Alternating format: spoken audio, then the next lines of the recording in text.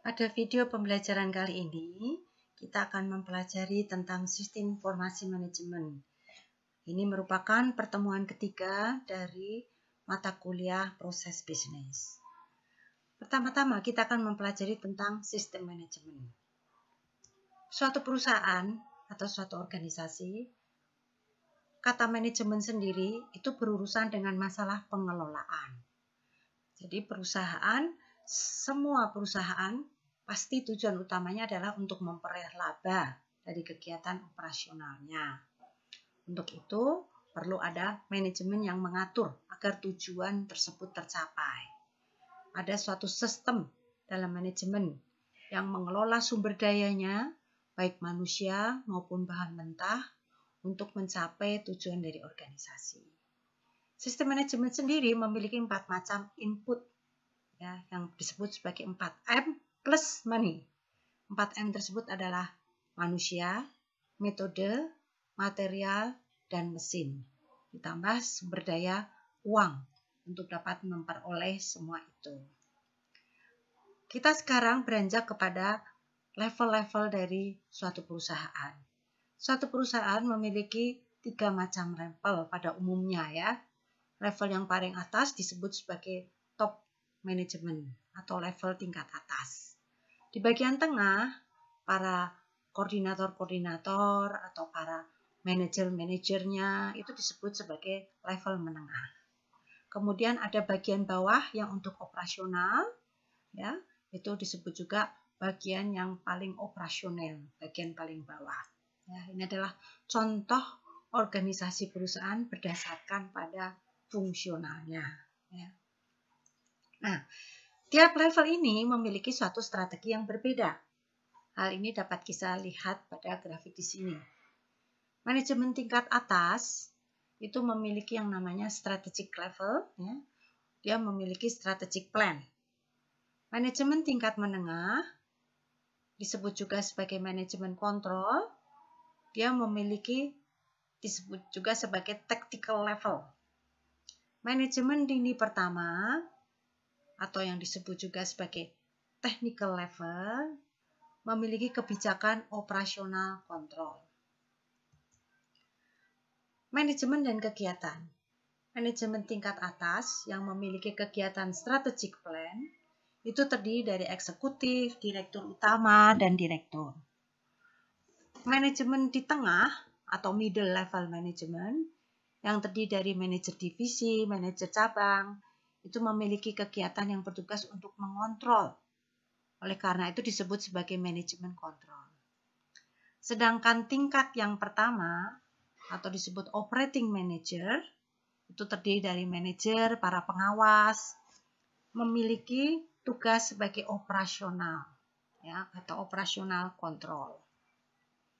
Nah, kita coba melihat satu persatu perencanaan awal oleh top management yang disebut sebagai strategic plan. Plan apa yang ditetapkan oleh manajer di tingkat ini? Plan itu ada 2, ya. Satu untuk menetapkan tujuan perusahaan, ya.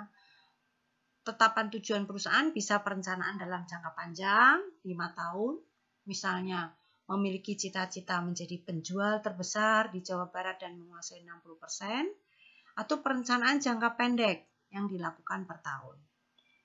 Yang kedua adalah penentuan strategi, ya, perencanaan strategi. Ada goal yang ingin dicapai, misalnya goal untuk mengembangkan produk. Nah, dibutuhkan suatu strategi untuk dapat mencapai goal tersebut. Ini semua dilakukan oleh manajemen tingkat atas. Makanya disebut sebagai strategic plan. Manajemen tingkat menengah disebut juga sebagai manajemen pengendalian atau manajemen kontrol. Dia memikirkan hal-hal yang bersifat strategik yang pendek. Strategik yang sudah ditetapkan dengan efisien dan efektif perlu dikontrol. Oleh karena itu, mereka memiliki juga sebagai mediator, sebagai alat komunikasi, ya. Nah, di sini mereka akan melakukan komunikasi informal dalam bentuk diskusi dan pertemuan, kemudian komunikasi formal dalam bentuk reporting analisis, programming, budgeting, ya. Tindakan-tindakan yang dilakukan di sini dianggap sebagai satu tindakan controlling, tindakan taktik, ya. Tindakan untuk memastikan bahwa plan-plan yang dikerjakan tadi, terutama untuk plan berjangka pendek, itu dapat dilakukan dengan baik oleh manajer tingkat di bawahnya. Bagian C atau operasional control itu lebih ke arah menerapkan hal-hal teknis. Ya. Proses penerapan program yang sudah ditetapkan oleh manajer tingkat menengah harus dapat dilaksanakan oleh bagian operasional. Bagian operasional ini adalah bagian yang rutin setiap hari melakukan kegiatan-kegiatannya. Nah, berikut ini adalah juga gambar tentang segitiga transaction dan integrasi berdasarkan pada level-level manajemen, level strategi, level taktik, maupun level operasional. Level strategi itu ada hubungannya dengan CEO information. Level taktik itu berhubungan juga dalam hal warehouse inventory management. Nah, sedangkan level yang paling bawah yang berhubungan dengan transaksi adalah customer, perlu berhubungan juga dengan para cash registernya, ya, berhubungan juga dengan orang-orang yang ada di bawah yang melakukan proses kontrol, sales report, dan lain sebagainya. Dalam hal ini, manajemen tingkat atas lebih banyak melakukan perencanaan jangka panjang, tapi tidak melakukan pengawasan langsung. Makin ke bawah, mereka akan lebih banyak melakukan penanganan masalah operasional. Sedang makin ke atas lebih banyak menerapkan perencanaan jangka panjang.